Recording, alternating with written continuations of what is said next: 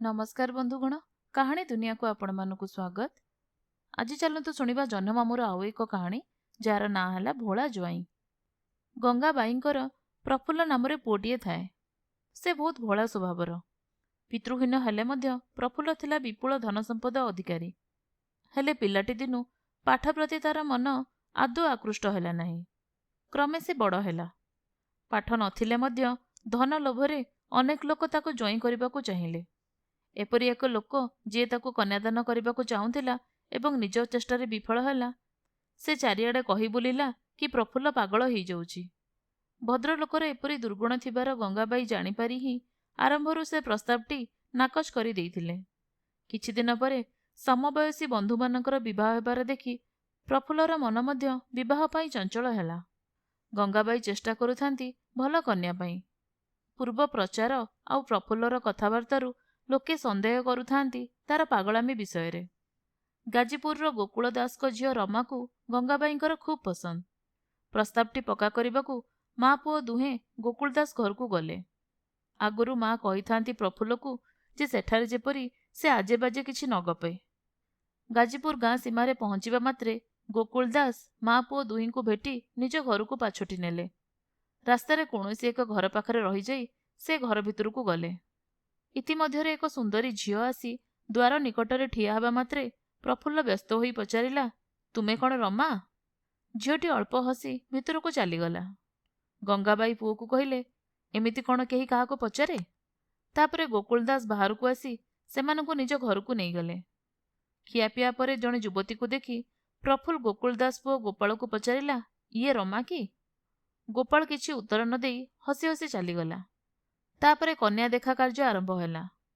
आउ जणे युवती आसी ठिया होई जिबा मात्रे पुणी प्रफुल्ल प्रश्न कला, ये रमा? गोकुल दास उत्तर न देई खाली हसिले। किछि समय परे नुआ साड़ी पिंधाई मथारे फूल खसी एक मोटी महिला को आनी सेठारे बसई दियागला। तांकु आनीथिबा एक युवती तांकरी पाखरे बसी पड़िला। एसबु देखि प्रफुल्ल गोकुल दास को पचारिला, शुणंतु एसबु कौन? कन्या को आनिबा परिवर्ते तार माँ को कौन सजाई आम आगु को नहीं आछंती? गोकुल दास कहिले, देख प्रफुल्ल, पाखरे बसिथिबा महिला कन्या नुहे, से कन्यार माँ, मोर स्त्री। प्रफुल्ल आश्चर्य होई पचारिला, तेबे ए मोटी युवतीटी किए? गोकुल दास कहिले, सेही तुम पाई उद्दिष्ट कन्या। प्रफुल्ल ता माँ को चुपी चुपी कहिला, ए विशालकाय युवतीटी को मु कदापि विवाह करिबि नाही। गोकुल दास कहिले, प्रफुल्ल, तुमे मो पाई एक बारे उपयुक्त ज्वाई। प्रफुल्ल कहिला, ना ना, ये तो आपण ठकी देबाकू बसचंती। असंभव, मु एपरी प्रस्ताव को अस्वीकार करुछि। गोकुल दास हसी हसी कहिले, भय कर नाही, ए युवती कन्या नुहे। कथा कौन कि तुमे कन्या देखिबाकू आसिबा पूर्वरु तुम गाँर केतेक दुष्ट लोक तुम नारे अनेक बाजे कथा कहि जाइछंती। सेसबुर सत्यता जानिबा पई मु केतेक प्रश्न तुमको करिथिली। हेले तुम कथबार्तारू मु किछि खराब जिनस देखिली नाही। रास्तारे थिबा घर भितरकू मु जेतेबेले जाइथिली सेतेबेले घरर कबाट पाखरे जो झियोटी ठिया होइतिला सेही रमा। से कौनसी कामरे सेठारे थिला। कन्या को देखिबाकू तुम मन चंचल देखि मु एपरी जानी जानी करिथिली। प्रफुल्ल अभिमान रे कहिला, जोई सहित एते थट्टा? गंगाबाई कहिले, समुदी जाओ आपण मो पुओ विषय किछि सत्य कथा जानिले। गोकुल दास कहिले, देख भौणी, सेथिरे कौन अछि?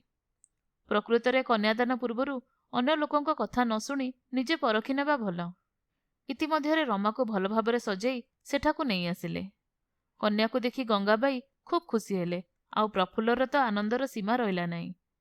तेबे गोकुल दास संतुष्ट हेले जे तांको जोई संपर्क रे अन्य माने जहा सबु कहउथिले से सबु मिथ्या। आपण माने शुणुथिले जह्नमामूर एक गप, भोला ज्वाई।